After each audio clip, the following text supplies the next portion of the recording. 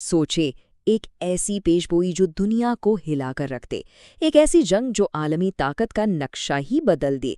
आज हम एक ऐसे ही तज्जिए की गहराई में जा रहे हैं जो एक ऐसे मुस्तकबिल की तस्वीर दिखाता है जहां दुनिया की वाहिद सुपर पावर शायद घुटनों पर आ जाए।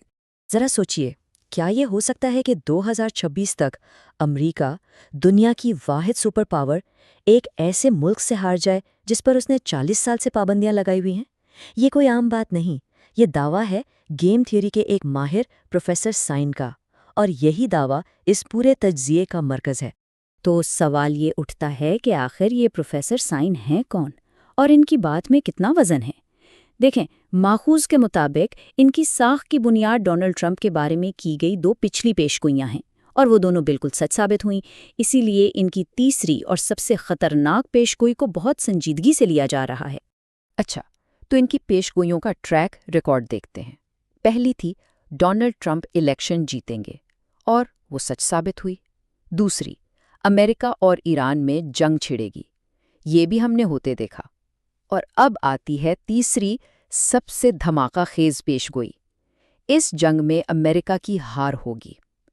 इसी पेशगोई ने सबको सोचने पर मजबूर कर दिया है। प्रोफेसर साइन के तज्जिए के मुताबिक ये कोई अचानक होने वाली जंग नहीं है, बल्कि ईरान पिछले 20 साल से इसकी तैयारी कर रहा था, और उनका मंसूबा सिर्फ एक फौज को हराना नहीं है। नहीं, उनका हदफ बहुत बड़ा है, एक पूरी सल्तनत को गिराना। तो ईरान ये सब कैसे कर रहा है? उनकी हिकमत अमली बड़ी दिलचस्प है।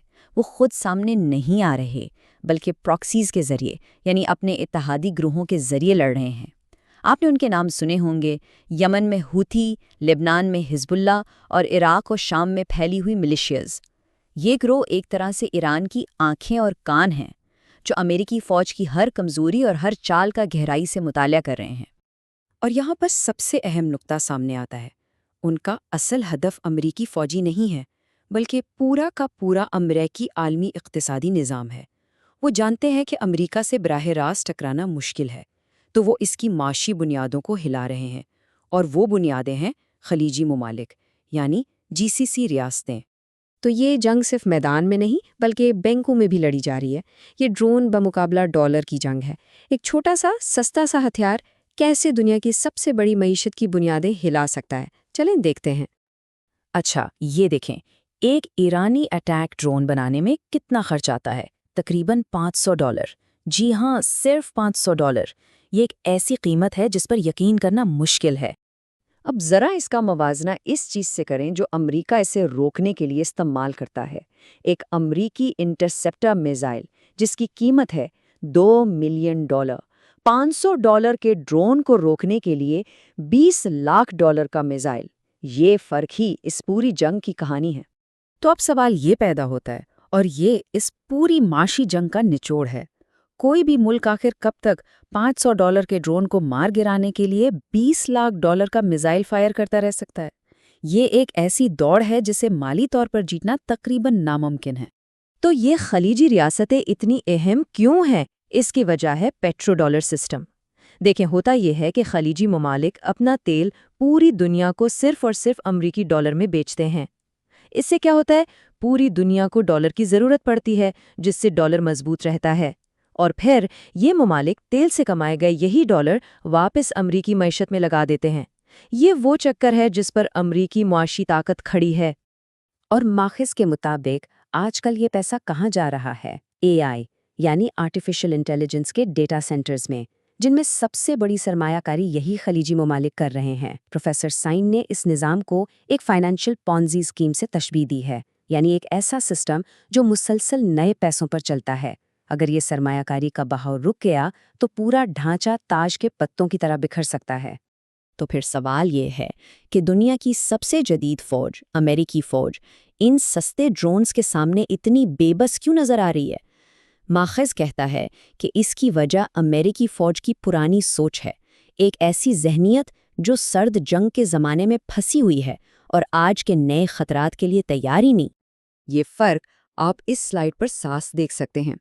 एक तरफ है सर्द जंग का अमेरिकी तरीका, महंगे, पेचीदा, हाईटेक हथियार बनाओ और अपनी ताकत का मुजाहरा करो।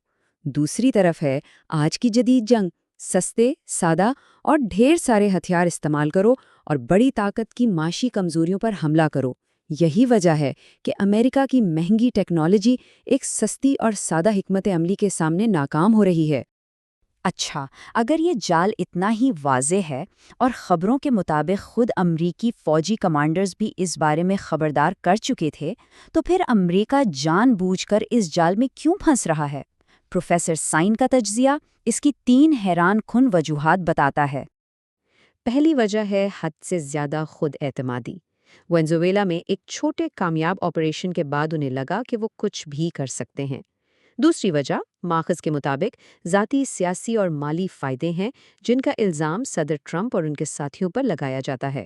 اور تیسری وجہ سب سے عجیب اور متنازعہ ہے، ایک روحانی اسکرپٹ کا دعویٰ۔